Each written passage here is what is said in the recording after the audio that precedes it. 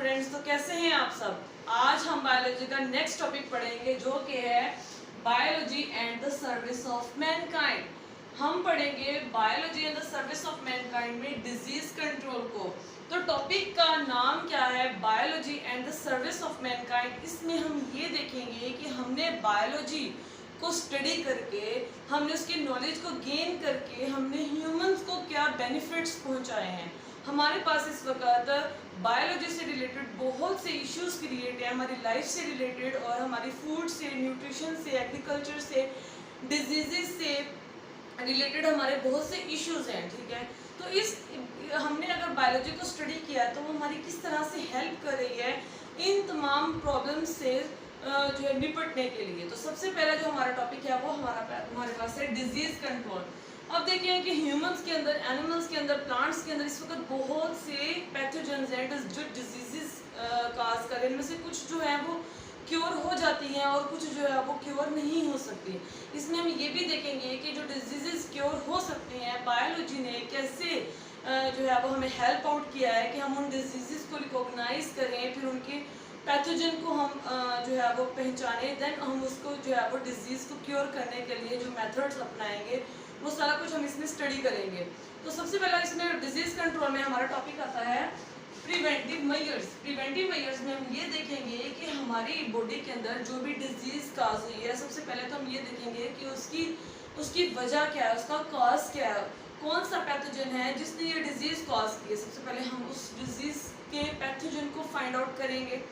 वो अगर हमने फाइंड आउट कर लिया है तो हम ये देखेंगे कि वो जो पैथोजन है वो एक ह्यूमन बॉडी से दूसरी ह्यूमन बॉडी में कैसे ट्रांसफ़र हुआ है, या फिर एक प्लांट की बॉडी से दूसरी प्लांट बॉडी में, या फिर एक एनिमल की बॉडी से दूसरे एनिमल की बॉडी में कैसे ट्रांसफ़र हुआ है। उसका मोड ऑफ ट्रांसमिशन भी पढ़ेंगे, उसकी हिस्ट्रीज भी पढ़ेंगे कि कब से जो है वो डिजीज़ स्टार्ट हुई है। देन हम ये भी देखेंगे कि उसको हम कैसे ट्रीट कर सकते हैं, और अगर वो ट्रीट नहीं हो सकती डिजीज़ तो उससे हम कैसे अपने आप को महफूज रख सकते हैं। देन हमारे पास क्या है, वैक्सीनेशन एंड इम्यूनाइजेशन। इसमें हम ये पढ़ते हैं वैक्सीनेशन में कि कुछ ऐसी डिजीज़ होती हैं जो कि पूरी वर्ल्ड के अंदर एक वबाई मर्ज के तौर पर फैलती, कंटेजियस डिजीज़ होती हैं। हम उन डिजीज़ को पूरी दुनिया से एलिमिनेट करने के लिए या ख़त्म करने के लिए क्या वर्किंग करते हैं। वैक्सीनेशन में हम दरअसल यही काम करते हैं कि जो डिजीज़ होती है हम बॉडी को पहले से ही प्रिपेयर करवा देते हैं कि अगर बॉडी में कभी भी वो पैथोजन एंटर हो भी जाए तो बॉडी ऑलरेडी प्रिपेयर हो उस पैथोजन को मारने के लिए। वैक्सीनेशन में हम इन्हीं मेथड्स को यूज़ करके जो है वो एक वैक्सीनेशन प्रोड्यूस करते हैं और उससे जो है वो डिजीज़ को कम्बैट करने की कोशिश करते हैं। देन हमारे पास है ड्रग ट्रीटमेंट और जीन थेरेपी। ड्रग ट्रीटमेंट में हम ये करते हैं कि हमारे पास अगर कोई डिजीज़ हैं या कोई ऐसी बीमारियां हैं जो कि पैथोजेंस की वजह से या पैथोजेंस के अलावा किसी और जो है वो रीज़न की वजह से हो गई हैं, हम उनको कैसे ट्रीट कर सकते हैं। फॉर एग्ज़ाम्पल कि हमारे पास कोई भी डिज़ीज़ है, जैसे कि अगर वो बैक्टीरिया की वजह से कॉज हुई हो, ठीक है, तो हम उसको किल करने के लिए एंटीबायोटिक्स का यूज़ करते हैं। अगर वो हमारी बॉडी के ऊपर सरफेस पे कोई इन्फेक्शन क्रिएट हो गया हो किसी भी बैक्टीरिया की वजह से, किसी भी फंगस की वजह से, एनीथिंग एल्स, तो हम उनको किल करने के लिए कौन सी केमिकल्स को यूज़ करेंगे। देन उसके बाद हमारे पास जीन थेरेपी टॉपिक आता है। जीन थेरेपी टॉपिक में क्या है, ये एक बहुत लेटेस्ट ब्रांच है इस वक्त बायोलॉजी की। इनफैक्ट ये ब्रांच है सबसे लेटेस्ट बायोटेक्नोलॉजी की।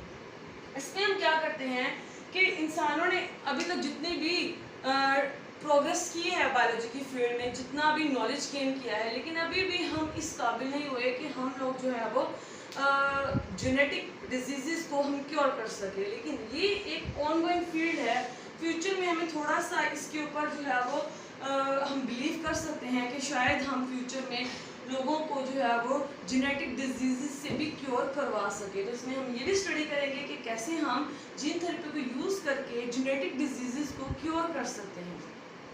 तो अब हम पढ़ेंगे एक एक पॉइंट की एक्सप्लेनेशन के बारे में। सबसे पहले हमारे पास आता है प्रिवेंटिव मेजर्स। जैसा कि मैंने बोला था कि प्रिवेंटिव मेजर्स ने बायोलॉजिकल साइंस ने हमारी इतनी हेल्प की है कि हम किसी भी डिजीज़ के एजेंट को फाइंड आउट कर सकें कि वो जो डिजीज़ है उसको कॉज करने वाला एजेंट कौन सा है।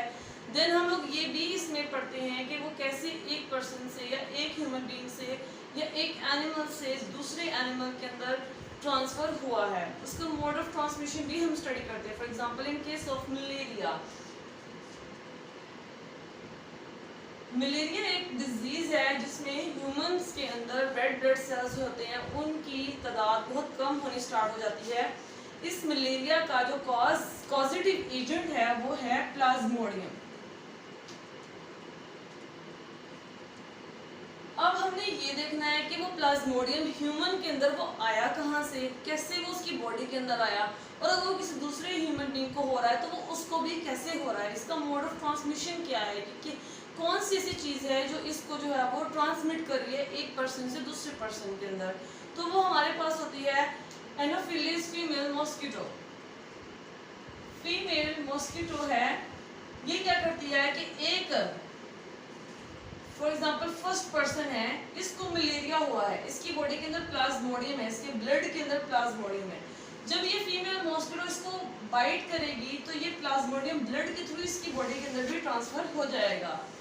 जब ये फीमेल मॉस्किटो फर्स्ट पर्सन को बाइट करने के बाद या उससे ब्लड लेने के बाद किसी दूसरे पर्सन को अगर वो काटे तो वो ये प्लाज्मोडियम सेकंड पर्सन के अंदर ट्रांसफर कर देगी। इस तरह सेकंड पर्सन को भी ये मलेरिया की डिजीज़ हो जाएगी। इस तरह हम इसमें ये देखते हैं कि कैसे एक डिजीज़ जो है वो एक पर्सन से दूसरे पर्सन में कैसे ट्रांसफर होती है, उसको मोड ऑफ ट्रांसमिशन क्या है, उसकी लाइफ हिस्ट्रीज, हम हर चीज़ को इसमें स्टडी करते हैं। देन उसके बाद कुछ ऐसे डिजीजेस भी हैं जिन के ट्रीटमेंट का अभी तक कोई हमें इतनी सेटिस्फेक्शन नहीं है कि ये प्रॉपरली क्योर हो सकते हैं। एड्स तो अभी तक बिल्कुल भी प्रॉपरली क्योर नहीं हो सकती है, लाइलाज बीमारी है। हेपेटाइटिस की कुछ टाइप्स हैं जिनको हम ट्रीट कर सकते हैं बट परमानेंटली उनको क्योर नहीं किया जा सकता। बहुत सी हेपेटाइटिस की टाइप्स है जो क्योर नहीं होती, वो परमानेंटली क्योर नहीं होती। तो ये देखते हैं कि ये जो है वो कैसे एक पर्सन से दूसरे पर्सन में ट्रांसफ़र होती है, और अगर ये हो रही हैं अगर हमने अपने आप को या लोगों को इस डिजीज़ से बचाना है तो हम क्या ऐसे स्टेप्स उठा सकते हैं, क्या कर सकते हैं कि जिससे हम अपने आप को दूसरों को भी इस डिजीज़ से महफूज कर सकें।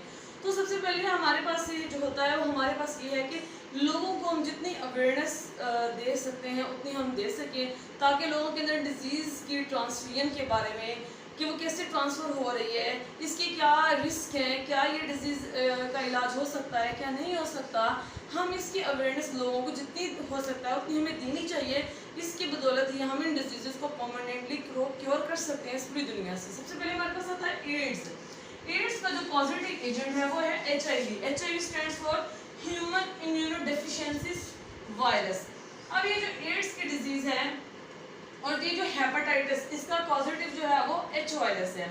दोनों के जो है वो ट्रांसमिशन के मेथड सेम है।